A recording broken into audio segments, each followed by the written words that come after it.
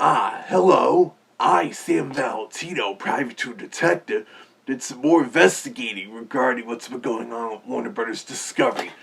To start, it looks like Warner still wants to go with the Netflix deal, and they keep rejecting Paramount Skydance's bid, and rightfully so, knowing how catastrophic that would be, especially since it's also financially backed by Arab wealth funds.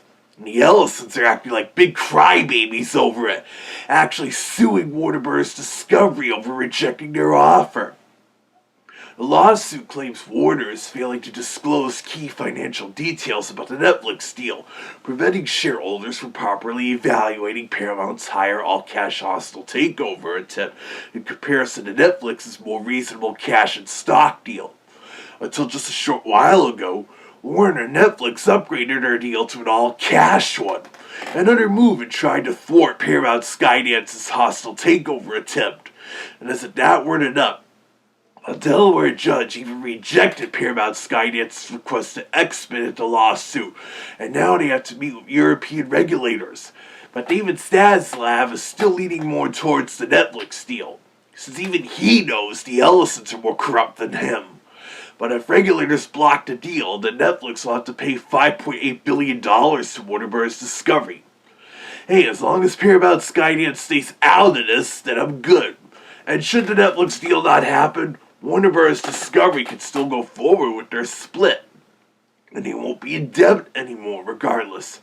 Especially since after a string of box office hits last year, like the Minecraft movie. Also, the Netflix deal ended up sounding even more promising. Initially, they wanted to just have the Netflix-related movies shortened to a 17-day theatrical window, but now it's been expanded to the standard 45-day window to reassure the movie theater industry and Hollywood in general about this deal. The Warner Brothers movies, otherwise, would have still stuck with a 45-day theatrical window under the Netflix ownership anyway, despite people mishearing it and thinking all the Warner Brothers movies have the shorter window as well. And yes, Netflix movies could be a pretty good business. I know the very popular K-pop Demon Hunters from Sony Pictures Animation was distributed by Netflix on their streaming platforms, but also got a limited theatrical release. It was the first Netflix theatrical movie to actually top the box office at that time, even if it wasn't as much. Additionally, unlike what Paramount Skydance wants to do, Netflix isn't going to change anything with Warner Brothers' management or operations. This also means, again, nothing should be changing with Warner's physical media releases, both the regular Warner Home Entertainment brand and the Warner Archive collection. Heck, I even showed you how Warner even released the Netflix series Wednesday on Blu-ray a while back, so they already have some connections there. So far, this Warner and Netflix deal is sounding more and more like I figured it'd be, which is definitely good. Also, recently, Warner Bros. Discovery has been expressing interest in licensing Looney Tunes productions to outside distributors, after the mild success of The Day the Earth Blew Up's limited theatrical run, and the upcoming theatrical release of Coyote vs. Acme via indie distributor Ketchup Entertainment, combined with Tubi also streaming the classic shorts, and Warner could still make money off of those. This means they might be able to revive a few other canceled Looney Tunes projects, like people speculating the Bye Bye Bunny animated musical possibly being saved, even if that one didn't get that far in pre-production, so for that one it may be unlikely they choose to revive it, but they are still planning some other Looney Tunes projects anyway. Maybe some elements from the scrap Bye Bye Bunny will work their way into such a future production. And there's still talk that once Ketchup Entertainment releases Coyote vs. Acme to theaters, should it perform very well, Netflix will understand further how vital the Looney Tunes are nowadays, as we don't want to go through another dark period like 20 years ago. But yeah, Netflix is now going to one-up Paramount Skydance with an all-cash bid for Warner Brothers for $83 billion, without any questionable foreign backing.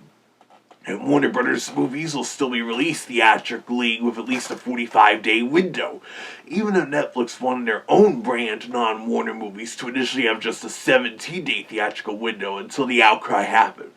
And the Warner Brothers and Discovery Global split would still happen as part of this, which is what the corporation wants, compared to Paramount Skydance wanting it all. And then this also means nothing is apparently going to change regarding their physical media, like I said. Especially since there are also Netflix originals coming out on Blu-ray and such. The way things are going, all signs seem to be pointing more and more towards the Netflix winning the bidding war and merging with the Warner Brothers studio and streaming assets, which is definitely the lesser evil in this case. Even compared to when Comcast expressed interest. Also, believe it or not, Netflix was considering buying the Walt Disney Company some time back, along with EA Games, but they couldn't work out a deal and didn't want to risk hurting their stock price or something like that. And to be honest, I'd rather take Netflix buying Warner Brothers over Netflix buying Disney if I had a choice. Of course, there are also still all the antitrust legal hurdles they have to finish going through, so there's still a chance no such merger or buyout will happen. But you never know. I talked about how Disney was able to comply with such a legal antitrust issue in their 20th Century Fox buyout years ago, where they couldn't get Fox Sports as originally planned, especially since they already have ESPN. But anyways, I'm hoping things do turn out well with all this merger mumbo jumbo, and you'll find out if you keep watching this channel.